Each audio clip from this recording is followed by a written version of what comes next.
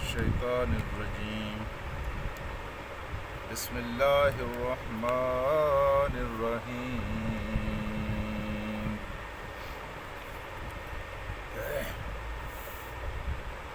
وإذا انسلخ الأشهر الحرم فاقتلوا المشركين حيث وجدتموهم وخذوهم واحصروهم واقعدوا لهم كل مرصد وإن تابوا وأقاموا الصلاة وآتوا الزكاة فخلوا سبيلهم إن الله غفور رحيم. صدق اللہ العلی العظیم. رفقائے محترم، دو باتیں سمجھنے کی ہیں. ایک تو یہ بات ہے کہ قرآن حکیم کی اس آیت کو لے کر عالم کفر میں ایک طوفان برپا ہے، پروپیگنڈے کا ایک طوفان آیا ہوا ہے.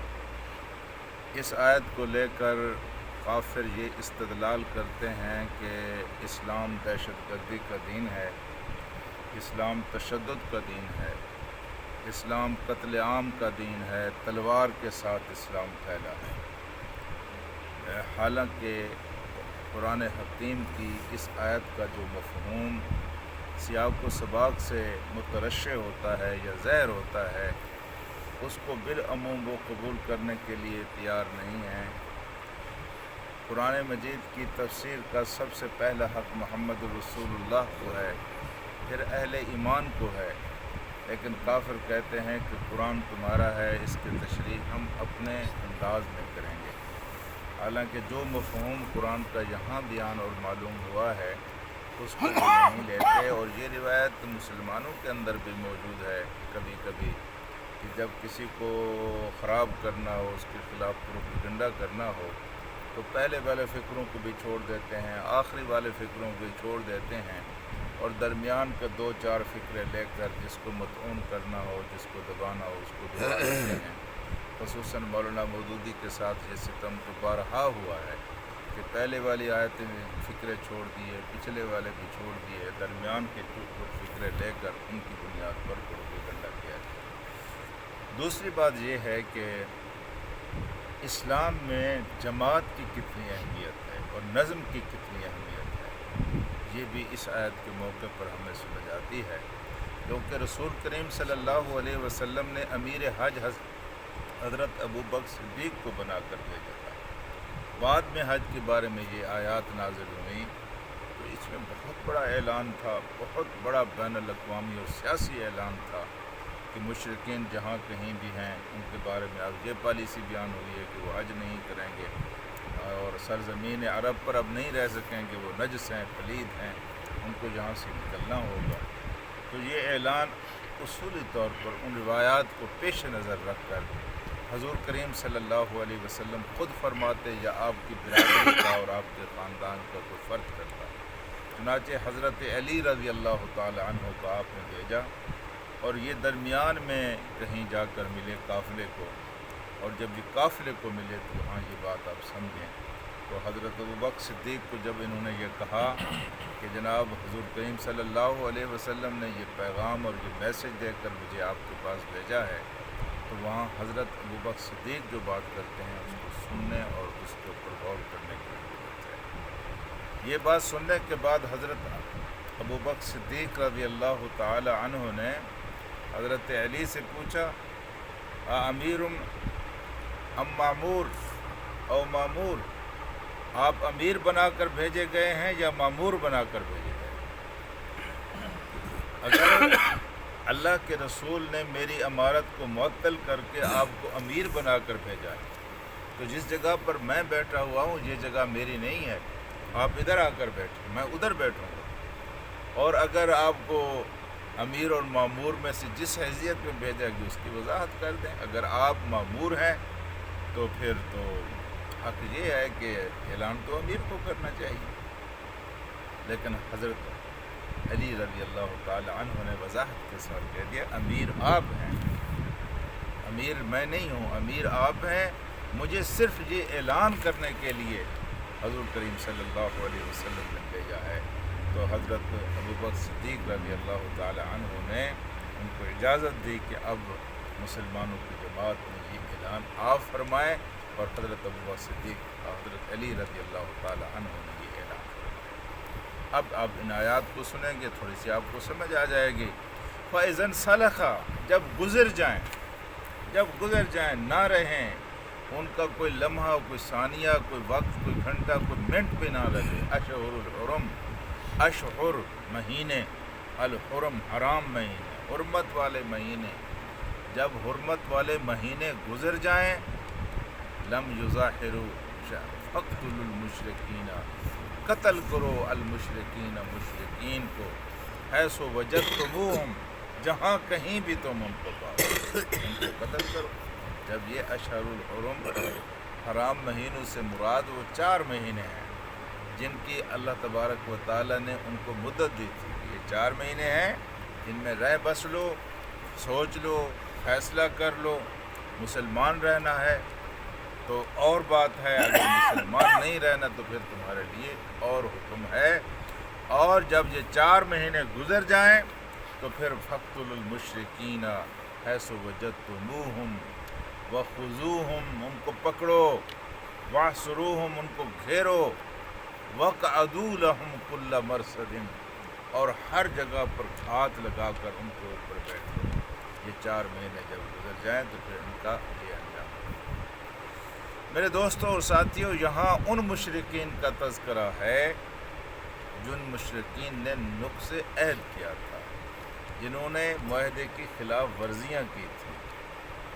آج کی نام نہاد یا چلو اصل مہذب دنیا کیا حکم لگاتی ہے کہ آپ کی ریاست اور آپ کی اسٹیٹ میں کچھ لوگ آ کر رہ رہے ہوں، ان کے پاس ویزا بھی نہ ہو، ویزا ہو تو وہ ختم ہو چکا ہو، ان کے پاس شہریت بھی نہ ہو، کیا آپ ان کو وہاں رہنے دیں گے؟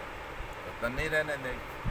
اب اسلامی ریاست قائم ہو چکی ہے، وہاں مشرکین اگر رہ رہے ہیں، ان کے پاس ان کے رہنے کا اصل جواز ختم ہو چکا ہے، تو ان کے ساتھ تو یہی ہوگا کہ یا وہ اسلام قبول کر لیں، یا وہ یعنی اسلام قبول کرنے سے مراد اس وقت یہی تھا کہ آپ نے شہریت لے لی۔ اللہ کے رسول نے فرمایا جو آدمی جزیہ دیتا ہے اس کے حقوق اسی طرح ہیں جس طرح ایک مسلمان کے حقوق ہیں۔ اس کے جان مال کی حفاظت کی جائے گی، وہ ٹیکس دیتا ہے، جزیہ دیتا ہے۔ اگر تم نے مسلمان بن کر رہنا ہے تو مسلمان بن کر رہو، تمہاری شہریت کے حقوق تمہیں مل گئے۔ اور اگر تم مسلمان بن کر بھی نہیں رہنا چاہتے اور کفر کی حالت میں رہنا چاہتے ہو تو تم پھر اسلامی ریاست کے شہری تو نہیں ہو، تم نے عام کافروں کی طرح تمہارا معاملہ بھی نہیں ہے، تم نے یہاں لوگوں کو قتل کیا ہے، لوگوں کو یہاں مارا ہے۔ اب اسلام کا تمہارے بارے میں یہی حکم ہے کہ اس سرزمین کو چھوڑ دو۔ اور وَإِن تَابُوا، لیکن پھر بھی گنجائش تمہارے لیے موجود ہے کہ اگر تم توبہ کرو، وَأَقَامُوا الصَّلَاةَ، اور نماز کو قائم کرو۔ صرف توبہ کر کے زبانی کلامی اعلان کر کے تم مسلمان نہیں ہو سکتے، پریکٹیکلی ایمان کے بعد اسلام کا سب سے بڑا ثبوت اور سب سے بڑا مظہر نماز ہے۔ نماز قائم کرو، وَآتَوُا الزَّکَاةَ، اور زکوٰۃ ادا کرو۔ یہ 3 چیزیں ہیں حضرات جو ایک مشرک کو مومن بناتی ہیں، اور ان 3 چیزوں میں سے کسی ایک چیز کا بھی کوئی انسان انکار کر دے تو وہ مسلمان نہیں رہتا۔ 3 چیزیں ہیں۔ 2 چیزوں کو حضور کریم صلی اللہ علیہ وسلم کے وصال کے بعد کفار یا مسلمان جو ہو چکے تھے وہ مانتے تھے کہ ہم ایمان بھی لے آئے ہیں، ہم مسلمان بھی ہیں، ہم نماز بھی پڑھتے ہیں، لیکن ہم زکوٰۃ نہیں دیتے، ہم زکوٰۃ نہیں دیتے۔ زکوٰۃ نہ دینا اور بات ہے، نماز نہ پڑھنا اور بات ہے۔ ایک یہ ہے کہ ان کا انکار کرنا، نہ دینے والا گنہگار ہوتا ہے، نماز نہ پڑھنے والا گنہگار ہوتا ہے، لیکن ان میں سے کسی ایک چیز کا انکار کر دیا جائے، وہ گنہگار نہیں ہے تو وہ کافر ہو جاتا ہے۔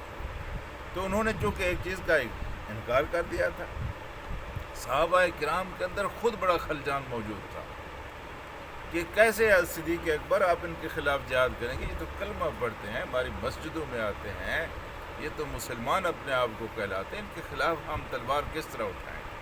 قربان جائیے صدیق اکبر رضی اللہ تعالی عنہ کی بصیرت پر انہوں نے فرمایا قطعاً ان تینوں میں سے کسی ایک چیز کا یہ انکار کریں گے تو میں ان کے خلاف تلوار اٹھاؤں گا اور میں ان کے خلاف جہاد کروں گا۔ اور پھر صدیق اکبر رضی اللہ تعالی عنہ نے اسی آیت کو پڑھ کر استدلال فرمایا اور صحابہ کرام کو سمجھایا کہ تمہارے ذہن کھل جانے چاہیے، یہ تو بات بڑی واضح ہے۔